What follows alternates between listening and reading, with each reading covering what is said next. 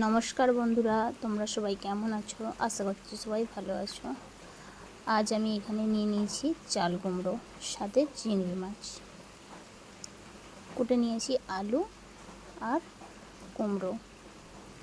এইখানে নিয়েছি পেঁয়াজ কুচি, রসুন, আদা, টমেটো কুচি, সাথে লঙ্কা গুঁড়ো, হলুদ গুঁড়ো।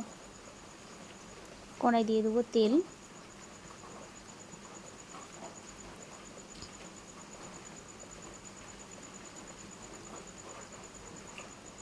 দিয়ে দেবো মাছ।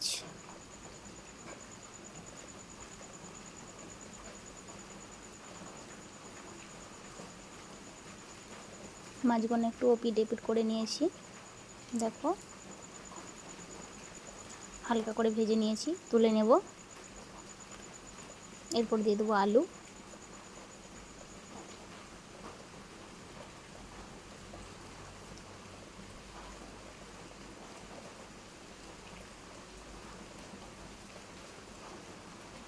স্বাদ মতো নুন, অল্প করে একটু হলুদ,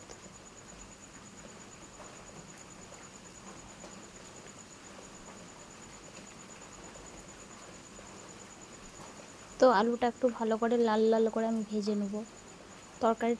তরকারির স্বাদটাও হবে বা খেতেও ভালো লাগবে। লাল লাল করে আমি ভেজে নিয়েছি। কড়াই দিয়ে দেবো চাল কুমড়ো কাটা।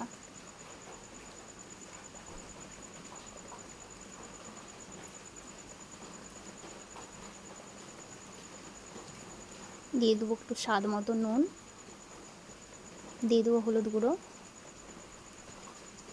এপিট ওপিট করে নেড়ে নেব, দিয়ে আমি চাপা দিয়ে দিয়েছি।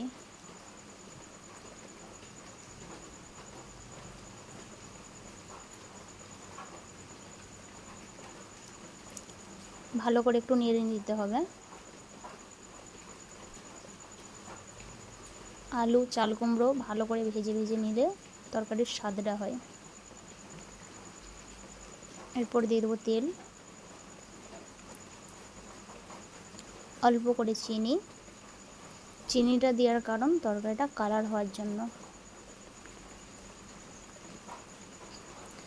তেলে চিনি দেওয়ার পর যখন লাল লাল করে যখন চিনির কালারটা উঠবে, তখন দিয়ে দেবো একটু তেজপাতা, গোটা জিরে।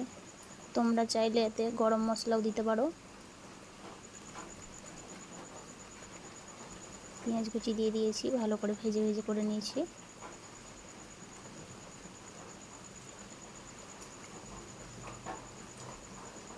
এরপরে দিয়ে দেবো একটু টমেটো কুচি। পেঁয়াজটা একটু লাল লাল করে ভেজে নিয়েছি।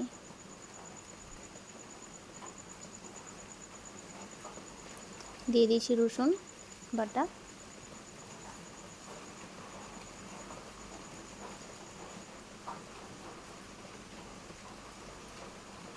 রসুনটা ভালো করে ভাজা করে নিয়েছি। এরপর দিয়ে দেবো আদা বাটা।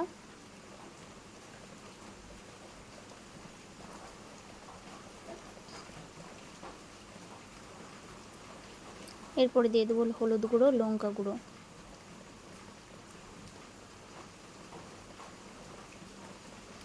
হলুদ গুঁড়ো লঙ্কা গুঁড়োর জলটা হালকা করে দিয়ে দেবো। মশলাটা ভালো করে কষে নেব। দেখো হালকা হালকা তেল ছেড়ে গেছে গা থেকে মশলাটা ভালো করে কষে নিতে হবে।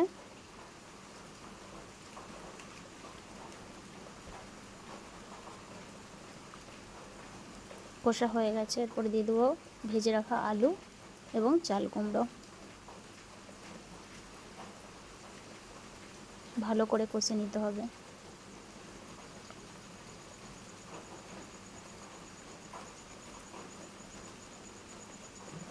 ভালো করে একটু কষা কষা করে নিলে তরকারির স্বাদটাও হয়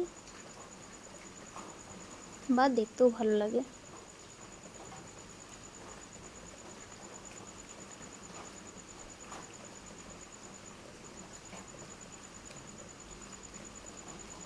কষা কষা হয়ে গেছে, দেখো মশলা ছেড়ে গেছে, মশলার গা থেকে তেল ছেড়ে গেছে। এরপর দিয়ে দেবো জল।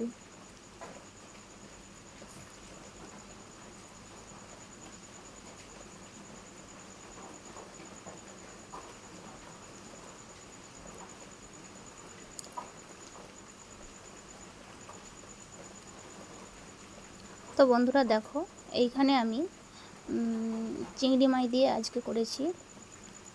এর সাথে কাটা মাছ দিয়ে করলেও ভালো লাগবে খেতে। ভেজে রাখা চিংড়ি মাছগুলো দিয়ে দিয়েছি।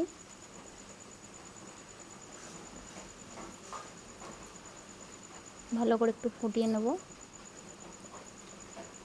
ফোটানো হয়ে গেছে। এরপর আমি নামিয়ে নেব।